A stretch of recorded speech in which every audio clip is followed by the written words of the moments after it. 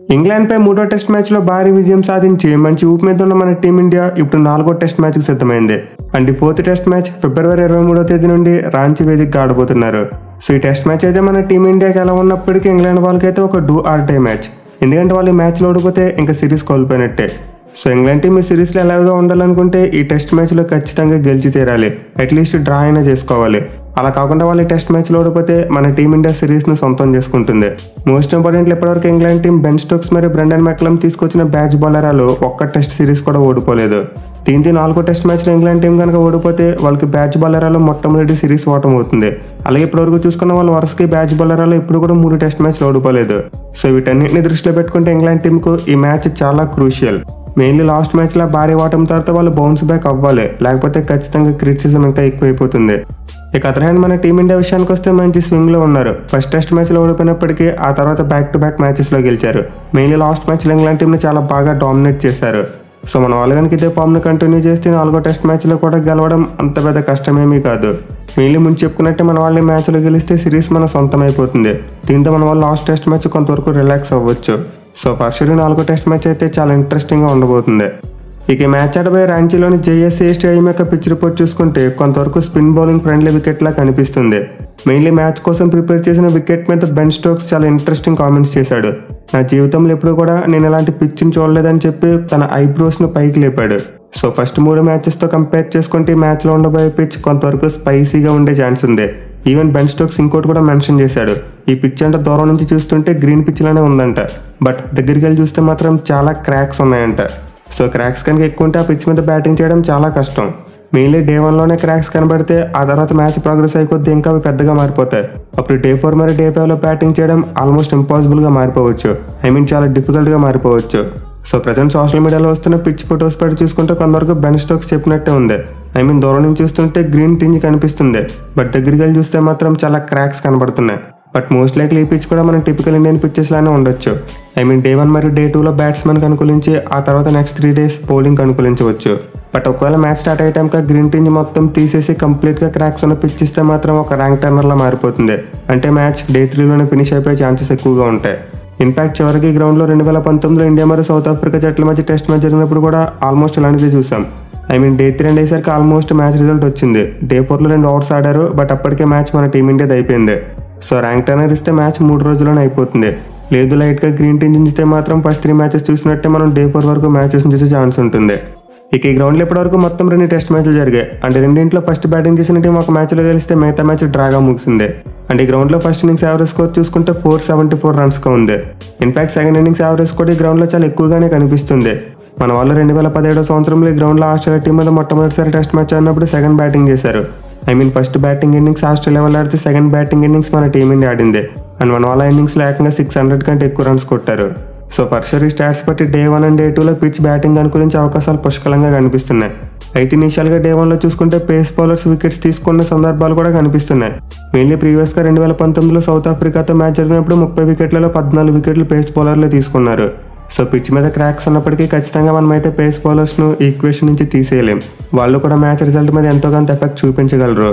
ఇక టాస్ విషయానికి వస్తే ఆబ్వియస్లీ మరోసారి టాస్ గెలిచిన కెప్టెన్ ముందుగా బ్యాటింగే తీసుకుంటారు. ఇన్ఫాక్ట్ లాస్ట్ 2 మ్యాచెస్లో మన టీమిండియా టాస్ గెలవడం కూడా మనకి చాలా ప్లస్ పాయింట్ అయ్యింది. మెయిన్లీ వైజాగ్ టెస్ట్ మ్యాచ్లో మన వాళ్ళు టాస్ ఓడిపోయి ఉంటే రిజల్ట్ వేరేలా ఉండేది. సో మరోసారి అయితే ఈ మ్యాచ్లో టాస్ చాలా క్రూషియల్ కాబోతుంది. ఇక వెదర్ రిపోర్ట్ విషయానికి వస్తే ఈ మ్యాచ్కి అయితే కొంతవరకు వర్షం అడ్డంకి కనిపిస్తుంది. Mainly day 3, day 4 and day 5 ఈ 3 రోజుల్లో కూడా మ్యాచ్కి వర్షం అడ్డంకి కలిగించవచ్చు. సో వెదర్ రిపోర్ట్లో అయితే ఫస్ట్ 2 days ఎలాంటి రెయిన్ ఫోర్కాస్ట్ లేదు, బట్ నెక్స్ట్ 3 daysలో మాత్రం 70% రెయిన్ ఫోర్కాస్ట్ కనిపిస్తుంది. మెయిన్లీ సండే మరియు ట్యూస్డే ఈ 2 రోజులు వర్షం పడే ఛాన్సెస్ ఎక్కువగా ఉన్నాయి. ఇక టీం విషయానికి వస్తే 3వ టెస్ట్ మ్యాచ్ ఓడిపోయిన తర్వాత ఇంగ్లాండ్ టీం మీద చాలా క్రిటిసిజం వచ్చింది. మెయిన్లీ వాళ్ళ బ్యాట్స్మెన్ ఆడుతున్న షాట్లను టార్గెట్ చేస్తూ ఆ దేశపు మాజీ క్రికెటర్లు చాలా కామెంట్స్ చేశారు. సో పర్షూరి సిరీస్లో ఇంగ్లాండ్ టీం యొక్క బ్యాటింగ్ చాలా వరకు ఐస్ అండ్ కోల్డ్గా ఉంది. అంటే ఒక్కో సెషన్లో ఫైర్ అయ్యి చాలా మంచిగా బ్యాటింగ్ చేస్తున్నారు, బట్ నెక్స్ట్ సెషన్లో చూసుకుంటే కుప్పకూలిపోతున్నారు. సో ఎగ్జాక్ట్లీ 3 టెస్ట్ మ్యాచ్లో మనం ఇదే చూసాం. డే 2 లాస్ట్ సెషన్లో అద్భుతమైన బ్యాటింగ్ చేశారు, బట్ నెక్స్ట్ డే చూసుకుంటే వరుస పెట్టి వికెట్లు కోల్పోయారు. So present England team top order పర్వాలేదు, బాగా ఆడుతున్నారు, బట్ వాళ్ళ మెయిన్ ప్రాబ్లం అంతా మిడిల్ ఆర్డర్లో ఉంది. మరి ముఖ్యంగా జో రూట్ మరియు జానీ బైరెస్ట్ ఇప్పటివరకు ఈ సిరీస్లో ఒక్కసారి కూడా ఫైర్ కాలేదు. సో ఈ సిరీస్ స్టార్ట్ కాకముందు ఇంగ్లాండ్ టాప్ ఆర్డర్కి పెద్దగా ఎక్స్పీరియన్స్ లేదు, మిడిల్ ఆర్డర్కి మంచి ఎక్స్పీరియన్స్ ఉంది, వాళ్ళే బాగా ఆడతారని ఎక్స్పెక్ట్ చేశాం. కానీ ఇక్కడైతే రివర్స్లో జరుగుతుంది. టాప్ ఆర్డర్ అద్భుతంగా రాణిస్తుంది, కానీ మిడిల్ ఆర్డర్ తేలిపోతుంది. సో ఈ మ్యాచ్లో ఇంగ్లాండ్ టీం కంబ్యాక్ చేయాలంటే ఖచ్చితంగా వాళ్ళు టాప్ ఆర్డర్తో పాటు మిడిల్ ఆర్డర్ కూడా చాలా మంచిగా రాణించాలి. అయితే ఈ మ్యాచ్లో ఇంగ్లాండ్ బ్యాటింగ్ లైనప్లో జానీ బెయిర్స్టో కాకుండా డాన్ లారెన్స్ ఆడించాలని చెప్పి కొంతమంది ఇంగ్లాండ్ మాజీ క్రికెటర్లు బ్రెండన్ మెక్కలంకు సూచనలు ఇస్తున్నారు. ఎందుకంటే జానీ బెయిర్స్టో ఇప్పటివరకు సిరీస్లో చాలా దారుణంగా ఫెయిల్ అయ్యాడు. అఫ్కోర్స్ జో రూట్ కూడా ఫెయిల్ అయ్యాడు, బట్ అతను బాల్తో ఎంతో కొంత కంట్రిబ్యూట్ చేస్తున్నాడు. కానీ బెయిర్స్టో చూసుకుంటే అసలు ఏ డిపార్ట్మెంట్లో కూడా టీంకి కంట్రిబ్యూట్ చేయట్లేదు. దీనివల్ల అతను పక్కన పెట్టి డాన్ లారెన్స్ని తీసుకోవాలని చెప్పి ప్రెజర్ తీసుకొస్తున్నారు. బట్ బ్రెండన్ మెక్కలం వాళ్ళందరికీ మొహమ్మద్ చెప్పాడు, నేనేమి గుడ్డోని కాదు, జానీ బెయిర్స్టోని ఎలా హ్యాండిల్ చేయాలో నాకు తెలుసు అన్నట్టు చెప్పాడు. సో బ్రెండన్ మెక్కలం యొక్క మాటలు బట్టి చూసుకుంటే జానీ బెయిర్స్టోకి మరి ఆపర్చునిటీ ఖచ్చితంగా దొరుకుతుంది. లేదు లాస్ట్ మినిట్లో ఏదైనా చేంజ్ చేయాలనుకుంటే జానీ బెయిర్స్టోని పక్కన పెట్టి డాన్ లారెన్స్ని టీంలోకి తీసుకొస్తారు. ఇక వాళ్ళ బౌలింగ్ విషయానికి వస్తే ఈ సిరీస్లో ఇంగ్లాండ్ టీం మ్యాచ్లో ఓడిపోవడానికి one of the main reason వాళ్ళ bowling failure. Mainly spin bowling fire కావట్లేదు. ఫస్ట్ టెస్ట్ మ్యాచ్ 2 ఇన్నింగ్స్ తప్పిస్తే మళ్ళీ ఇప్పుడు కూడా వాళ్ళ స్పిన్ బౌలింగ్ ఫైర్ కాలేదు. So Tom Hartley, Rehan Ahmed మరియు జో రూట్ చాలా కష్టపడుతున్నారు, బట్ వికెట్లు అయితే తీయలేకపోతున్నారు. ఈవెన్ లాస్ట్ మ్యాచ్లో వాళ్ళ పేస్ బౌలింగ్ కూడా అంత మెరుగ్గా కనిపించలేదు. జేమ్స్ అండర్సన్ అయితే చాలా ఎక్కువ రన్స్ ఇచ్చాడు. సో ఈ మ్యాచ్లో అయితే ఇంగ్లాండ్ టీం పిచ్ను దృష్టిలో పెట్టుకుని ఒక ఎక్స్ట్రా స్పిన్నర్ని తీసుకొచ్చే ఛాన్స్ ఉంది. అండ్ అయితే కనుక జరిగితే జేమ్స్ అండర్సన్ పక్కన పెట్టి షోయబ్ బషీర్ని ఆడిస్తారు. మెయిన్లీ జేమ్స్ అండర్సన్ కంటిన్యూస్గా 2 మ్యాచ్లు ఆడాడు. సో రెస్ట్ ఇవ్వడం కోసమైనా సరే అతను పక్కన పెట్టి స్పిన్నర్ని తీసుకొచ్చే ఛాన్స్ ఉంది.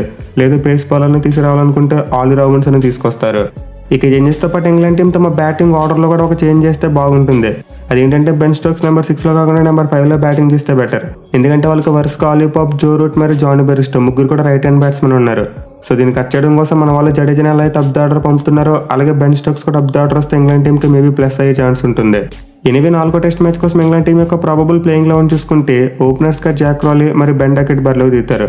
ఇక తర్వాత నెంబర్ 3లో ఆలీ పాప్, నెంబర్ 4లో జో రూట్, నెంబర్ 5లో బెన్ స్టోక్స్, నెంబర్ 6లో డాన్ లారెన్స్ లేదా జానీ బెయిర్స్టో, నెంబర్ 7లో బెన్ ఫోక్స్, నెంబర్ 8లో రేయాన్ అహ్మద్, నెంబర్ 9లో Tom Hartley, number 10లో Mark Wood మరియు నెంబర్ 11లో షోయబ్ బషీర్ బరిలోకి దిగే ఛాన్సెస్ ఉన్నాయి. ఇక మన టీమిండియా విషయానికి వస్తే లాస్ట్ మ్యాచ్లో విజయం తర్వాత చాలా మంచి ఊపు మీద ఉన్నారు. మెయిన్లీ 3 టెస్ట్ మ్యాచ్లో మన టీమిండియాకు బిగ్గెస్ట్ పాజిటివ్ ఏంటంటే మొదటి ఇన్నింగ్స్లో సీనియర్లు అదరగొట్టారు. రోహిత్ మరియు జడేజాలు సెంచరీ కొట్టారు. అదే సెకండ్ ఇన్నింగ్స్లో చూసుకుంటే గిల్, జైస్వాల్ మరియు సర్ఫరాజ్ ముగ్గురు కూడా అదరగొట్టేశారు. సో లాస్ట్ టెస్ట్ మ్యాచ్లో బ్యాటింగ్లో మన సీనియర్ ప్లేయర్స్ కంట్రిబ్యూట్ చేశారు, అలాగే జూనియర్స్ కూడా కంట్రిబ్యూట్ చేశారు. అంటే మన టీం మొత్తం బ్యాట్స్మెన్ అంతా కంట్రిబ్యూట్ చేయగలిగారు ఒక్కరు తప్ప, అండ్ ఒక్కరు రజత్ పటిడార్. సో ఇప్పుడైతే మన టీంలో అతని ప్లేస్ కొంతవరకు క్వశ్చన్ మార్క్లా తయారైంది. బట్ నేనైతే మేబీ అతనికి ఇంకో ఆపర్చునిటీ ఇస్తారనుకుంటున్నా, ఎందుకంటే కేఎల్ రాహుల్ ఎలానో తిరిగి రాలేదు. సో మేబీ రజత్ పటిడార్కి ఇంకో ఆపర్చునిటీ దొరకవచ్చు. లేదు మంచి ఫామ్లో ఉన్న పడిక్కల్ని ఆడించాలనుకుంటే అతని చేత డెబ్యూ చేయించవచ్చు. మెయిన్లీ పడిక్కల్ని ఆడిస్తే మన వాళ్ళు జడేజాని అప్ ద ఆర్డర్ పంపక్కలేదు, ఎందుకంటే నెంబర్ 4లోనే మనకు ఒక లెఫ్ట్ హ్యాండ్ బ్యాట్స్మెన్ దొరుకుతాడు. సో చూడాలి మరి పటిడార్కి ఇంకో ఛాన్స్ దొరుకుతుందా లేకపోతే పడిక్కల్ డెబ్యూ చేస్తాడనేది. ఇక మన వాళ్ళ బౌలింగ్ విషయానికి వస్తే బిగ్గెస్ట్ ఛాలెంజ్ ఏంటంటే బుమ్రా లేకపోవడం. సో ఈ మ్యాచ్ కోసం అయితే బుమ్రాకు రెస్ట్ ఇచ్చారు, అండ్ అతని ప్లేస్లో మోస్ట్ లైక్లీ ముఖేష్ కుమార్ టీంలోకి వచ్చే అవకాశాలు ఉన్నాయి. ఎందుకంటే అతను 3వ టెస్ట్ మ్యాచ్ నుంచి బ్రేక్ తీసుకుని వెళ్ళిన తర్వాత రంజీ ట్రోఫీలో అద్భుతంగా పెర్ఫామ్ చేశాడు.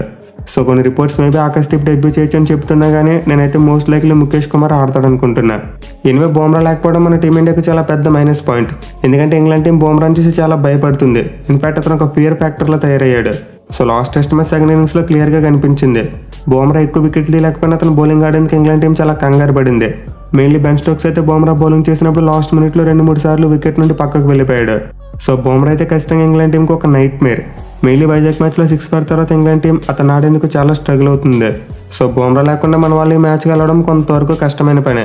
ఒకవేళ గెలిస్తే అది ఖచ్చితంగా ఒక అద్భుతమైన విన్గా మారుతుంది.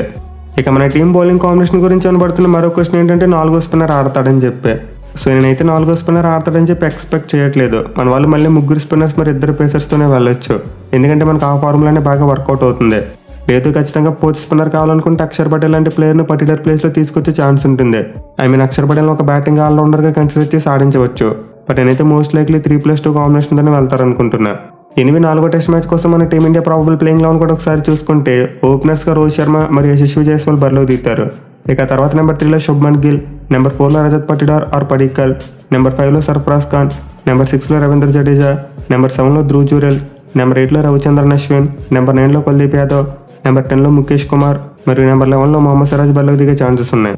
ఇక టెస్ట్ మ్యాచ్లో మరోసారి మనకు జడేజా అయితే చాలా కీ రోల్ ప్లే చేయబోతున్నాడు, ఎందుకంటే ప్రీవియస్గా ఈ గ్రౌండ్లో ఆస్ట్రేలియాతో టెస్ట్ మ్యాచ్ ఆడినప్పుడు అతను ఒక 4 ఫర్ మరియు 5 ఫర్ తీశాడు. సో జడేజా గ్రౌండ్లో ఆడిన 2 మ్యాచ్లు కలిపి మొత్తం 12 వికెట్లు పడగొట్టాడు. దీంతో అతను మరోసారి మన టీమిండియాకి చాలా కీ బౌలర్ కాబోతున్నాడు. అలాగే బ్యాటింగ్లో చూసుకున్న ప్రీవియస్గా ఈ గ్రౌండ్లో మ్యాచ్ ఆడినప్పుడు మన హిట్ మ్యాన్ ఒక డబుల్ సెంచరీ కూడా కొట్టాడు. సో ఈ గ్రౌండ్లో ఇంత ముందు ఆడినప్పుడు హిట్ మ్యాన్ మరియు జడేజాకు చాలా మంచి మెమరీస్ ఉన్నాయి. చూడాలి మరి వీళ్ళిద్దరు మరోసారి అలాంటి పెర్ఫార్మెన్స్ని రిప్లికేట్ చేయగలరా లేదా అనేది.